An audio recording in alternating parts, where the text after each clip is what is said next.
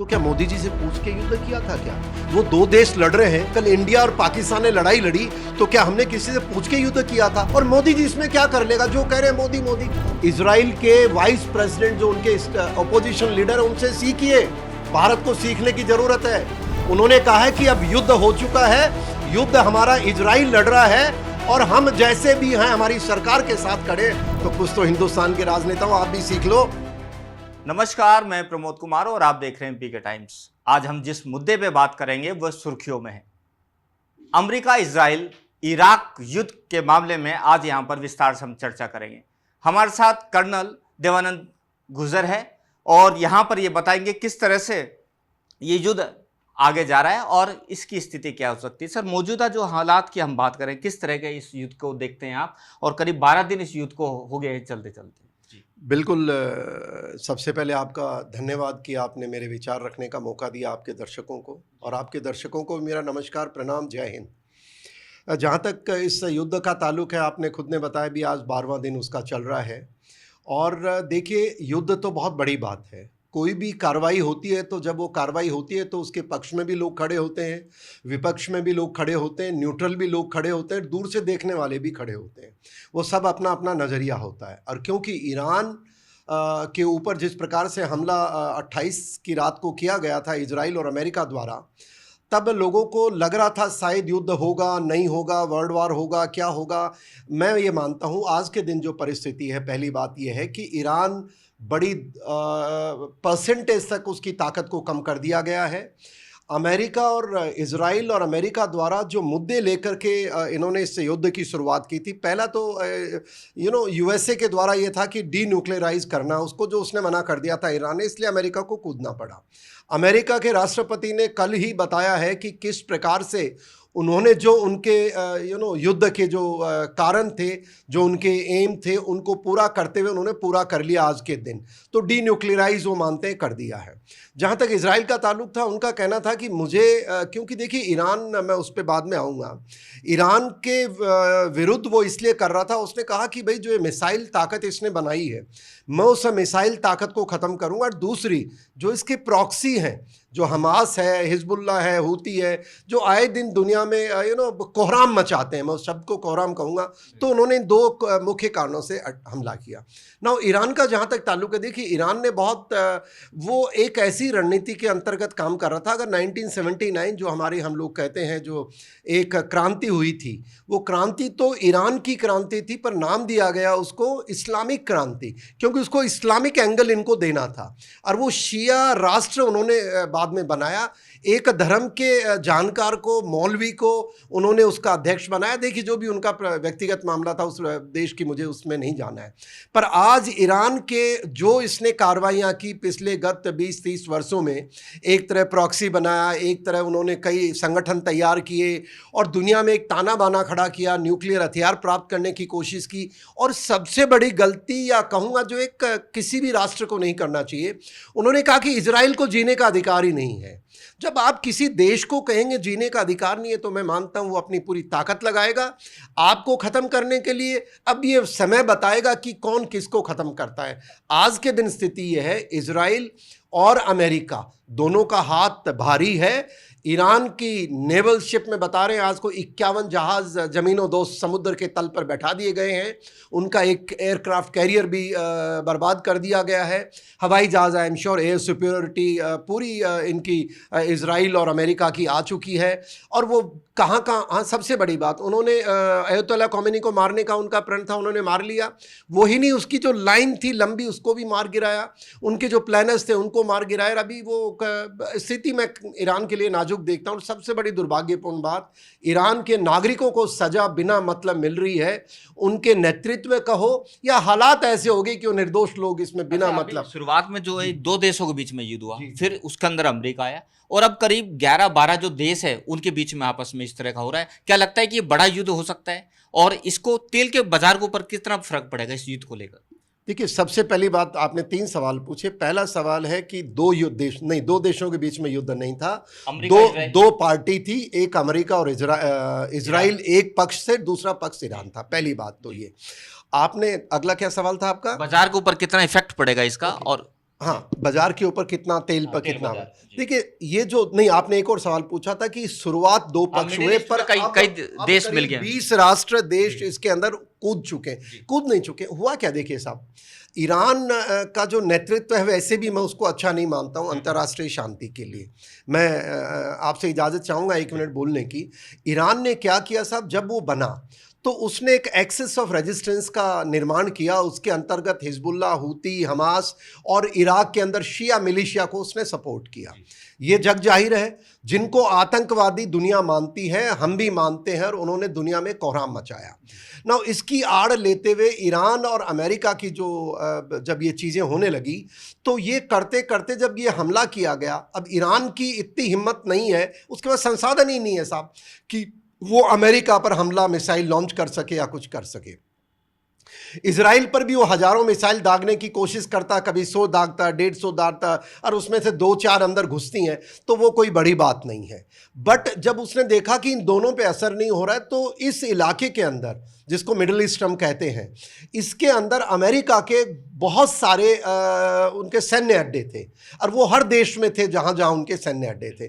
तो इसने क्या किया कि चलो अब उन पे नहीं मार सकता तो इनके सैन्य अड्डों पर पिटाई करता हूँ।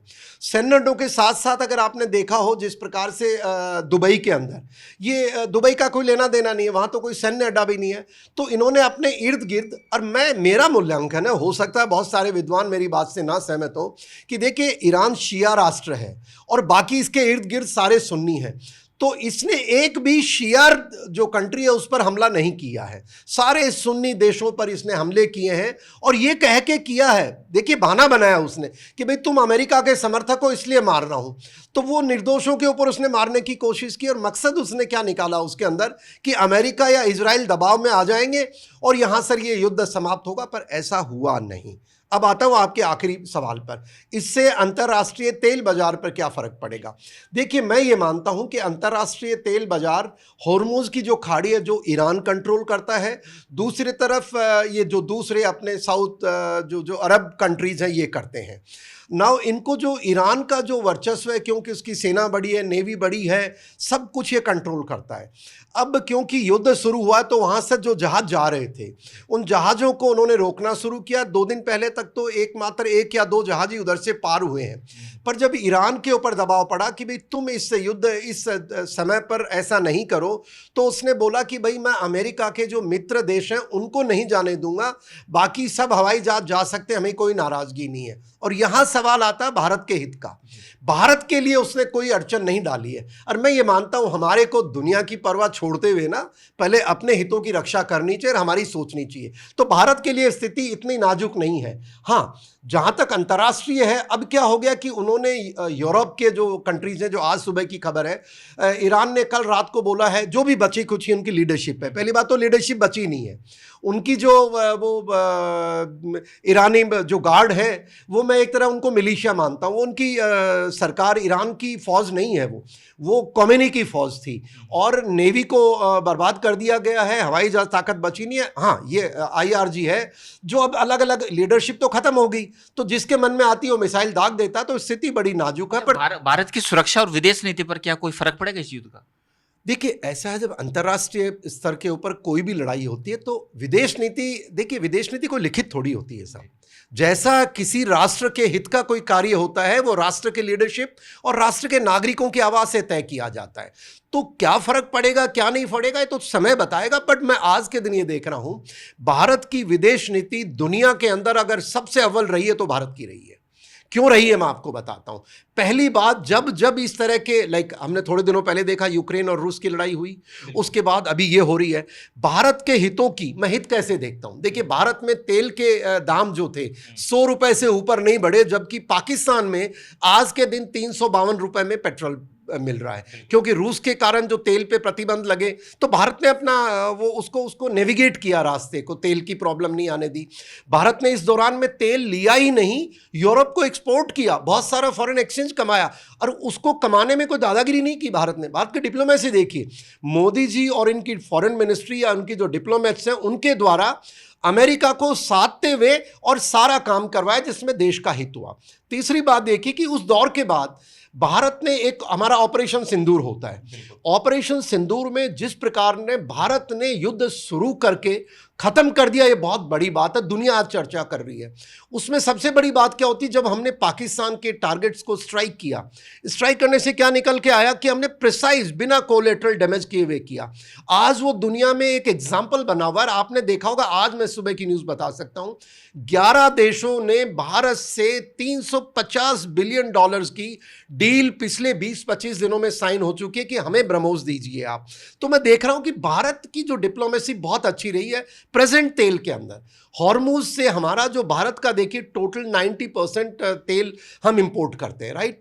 उसके अंदर से 40% मात्र हमारा इस इलाके से आता है, रूस से 35% आता है। और पिछले दिनों के अंदर जब से ये टैरिफ का काम चला था, अमेरिका ने भी हमारे साथ कई लोग कहते हैं अमेरिका का दबाव, अरे भाई दबाव का क्या मतलब है, वो हमें 10% तेल आज दे रहा है तो हमें तो खुशी है, पैसे भी ज्यादा नहीं लग रहे, इंटरनेशनल मार्केट रेट के ऊपर दे रहा है। तो मैं मानता हूं भारत के अंदर जिस प्रकार कल सरकार ने भी बताया, मेरा भी दर्शकों से आग्रह है कि भारत के अंदर न तो कोई प्रॉब्लम आने वाली है क्योंकि हमारे पास 2 महीने का स्टॉक्स है। प्रॉब्लम कैसे नहीं आएगी? 85% जो कच्चा तेल है विदेशों से आ रहा है, खासकर मिडिल ईस्ट जो है वहां से आ रहा है। तो ऐसे में क्यों फर्क नहीं पड़ेगा? किसने बोला 85% आ रहा? आपकी नॉलेज ही आधी है भाई। 35% आज के दिन भारत की रिक्वायरमेंट रूस से आ रही है। दूसरी बात, 7 से 8% अमेरिका दे रहा है। तो मैंने आपको बताया ना 40% आ रहा है, और हमारे उस 40% में अकेला कोई हॉर्मूज से थोड़ी आ रहा है, उसके इर्द गिर्द जहां है। और हॉर्मूज के अंदर भी भारत सरकार ने उनसे बातचीत हो गई है। मैं वही तो कह रहा हूं, हमारी डिप्लोमेसी को देखिए आप, ये अफवाहें फैलाने की जो कोशिश कर रहे हैं, मैं यही आपकी इजाजत। देखिए भारत के अंदर क्या हो रखा है कि पॉलिटिकल पार्टी अपने व्यक्तिगत विरोध को और गवर्नमेंट के विरोध को वो उन्होंने देश विरोधी मान लिया।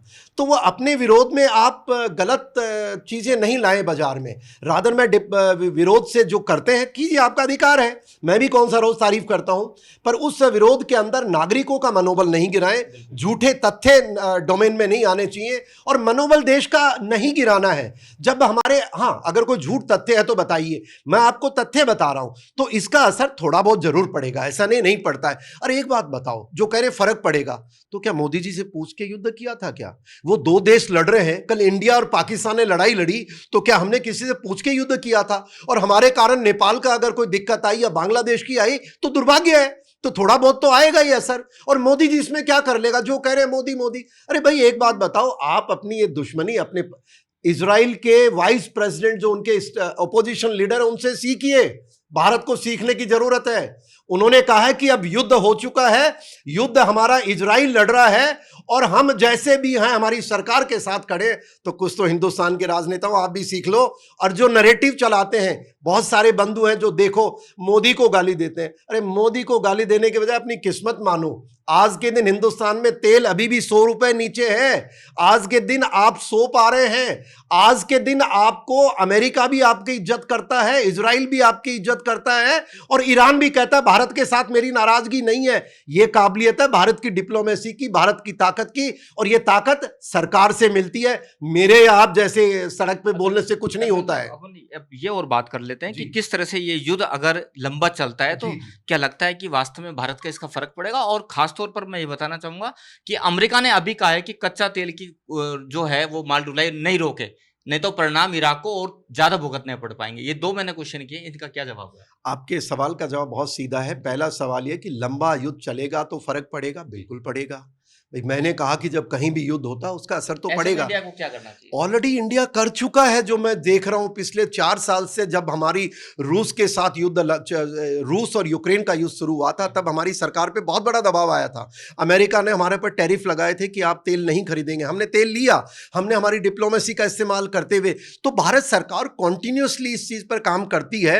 और जब ईरान इजराइल इनका चल रहा था, आपने देखा था कि हमारे प्रधानमंत्री जाते हैं कहाँ? इजराइल जाते हैं। और इजराइल मेरे ख्याल से वो उनको समझा के आए थे, अगर युद्ध टाल सको तो टालिए, वरना क्योंकि आप आतंकवाद के खिलाफ लड़ रहे हैं, हम आपके साथ हैं। तो देखिए भारत पे असर पड़ना लाजमी है, पर भारत की जो प्लानिंग है ना, देखिए हमने क्या किया पिछले हमने यूक्रेन और रूस युद्ध से ये सीखा कि हम एक जगह हमारा सोर्स ऑफ कोई एनर्जी नहीं रखेंगे, हमने डाइवर्सिफाई किया। आज के दिन करीब 15 देशों से हम इंपोर्ट करते हैं, तो अगर 4 देश की प्रॉब्लम है आएगी तो well it is just too good just too bad, हमें अपना रास्ते निकालने हैं। और अगर आपने देखा हो परसों रात को जब ट्रंप और पुतिन की बात हुई है, तो ट्रंप ने कहा कि रूस के खिलाफ जो टैरिफ थे, जो प्रतिबंध थे तेल एक्सपोर्ट के, मैं हटा रहा हूं। और क्योंकि भारत ने तो वैसे भी उनकी बात कभी नहीं मानी थी, तो हमारे को तो रूस सदैव तैयार है देने को, और बाकी देशों के साथ हम मैनेज कर रहे हैं। पर मैं यही 2 बात और आपसे रखना चाहूंगा आपके समय लेते हुए।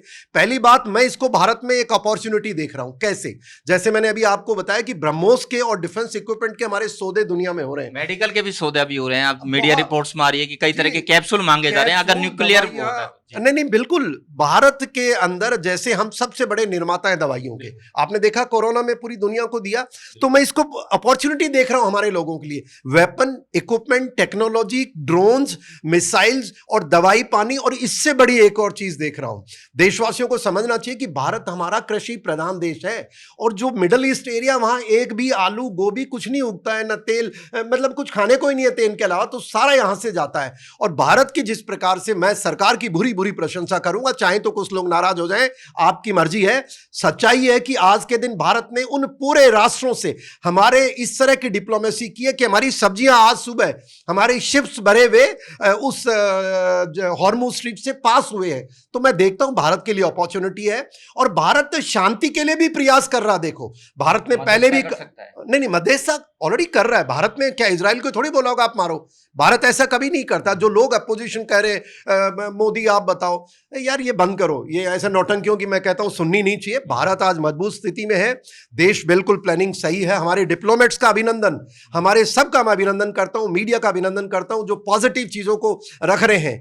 और देखिए जो आपने एक सवाल पूछा, लंबा है, लंबा जरूर होगा या नहीं होगा, ये तो देखो भविष्य की गर्द में कोई नहीं बता सकता है, पर मैं ये देख रहा हूं लंबा नहीं चलेगा। ये लंबा चलेगा। टेरर जैसे भारत भुगत रहा है ना पाकिस्तान को, वैसे ही ये इर्द गिर्द वाले देश, क्योंकि जो IRG है ना इनकी, ईरानियन रेवोल्यूशन गार्ड, वो कोई सेना नहीं है साहब, और उसकी लीडरशिप को तो पूरा बर्बाद कर दिया अमेरिका ने। और इजराइल कहता है जो लीडरशिप तीसरी पीढ़ी की आएगी उसको भी मैं मारूंगा, और अमेरिका ने कहा है जो भी लीडर पहली, दूसरी, थर्ड, फोर्थ, सबको बर्बाद करूंगा। वो क्लियर कर दिया उसने, और कर रहा है वो सरेआम। अब क्या होगा कि जो ये IRG इनकी जहां जहां जगह डिप्लॉयड थी, अब मिसाइल सारे अंडरग्राउंड। तो देखिए हमास ने क्या किया था, हमास ने गाजा के अंदर इतनी अंडरग्राउंड टनल बनाई कि आज भी इजराइल को समय लग रहा है उनको ठोकने में।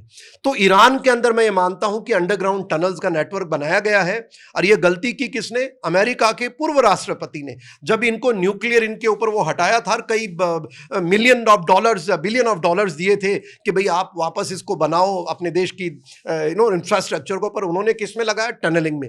आज मिसाइल्स उनके अंदर पता नहीं कितनी दबी होंगी, पर मैं यकीन देखता हूं ये युद्ध लंबा नहीं चलेगा, प्रॉक्सी वॉर चलेगा। शॉर्ट फॉर्म में कहे तो जो अमेरिका है वो आतंकवाद को खत्म करने के लिए इस पर पूरा युद्ध कर रहा है। जिस तरह से देखिए बहुत सारे लोग कहते हैं कि अमेरिका मतलबी है, मतलबी कौन नहीं है? मतलबी मैं नहीं हूं क्या? मैं भी तो आज भारत की चिंता कर रहा हूं, मोदी जी भी तेल की चिंता, मतलबी सब है, और जिसके राष्ट्र के हित होते हैं वो सब वो करते हैं। अमेरिका ने किस लिए किया वो अमेरिका जाने, पर मैं ये मानता हूं भारत के नजरिए से अमेरिका का धन्यवाद, इजराइल का धन्यवाद कि उन्होंने उन आतंकी संगठनों के आका को ठोका जिन्होंने भारत के विरुद्ध ऑपरेशन सिंदूर से पहले POK में LET के साथ आके सभाएं की थी, वो हमास वाले थे। तो भारत का मैं ये नजरिया देखता हूं। और रही बात ट्रंप साहब ने क्या सोचा, दुनिया कहती है, मैं भी मानता हूं, देखिए उसके सामरिक हित बहुत बड़े हैं, भारत उसके आगे ज्यादा नहीं टिक सकता। और वो लोग कहते हैं अमेरिका को बोलो, भाई साहब इस दुनिया में आज के दिन किसी की हिम्मत नहीं अमेरिका को बोल दे, कल का मुझे पता नहीं है। धन्यवाद हमारे मोदी जी का और हमारे डिप्लोमेट्स का, स्पेशली डिप्लोमेट्स एंड मीडिया बंधुओं का, जिन्होंने पॉजिटिव नैरेटिव बना के चले हैं और देश का मनोबल बना के रखे। मैं इसको मानता हूं। Thank you very much. बिल्कुल, ये थे देवानंद जी, कर्नल जी। इनका साफ तौर पर कहना है कि युद्ध कितना चलेगा ये गर्भ में छिपा हुआ, लेकिन इस युद्ध से हिंदुस्तान को कहीं ना कहीं फायदा जरूर हो रहा है, क्योंकि हिंदुस्तान भी चाहता है कि आतंकवाद कहीं ना कहीं खत्म हो। अब ये देखना होगा कि युद्ध कितना चल पाता है। कैमरा पर्सन गिराज सोलंकी के साथ मैं प्रमोद कुमार, PK टाइम्स, जयपुर।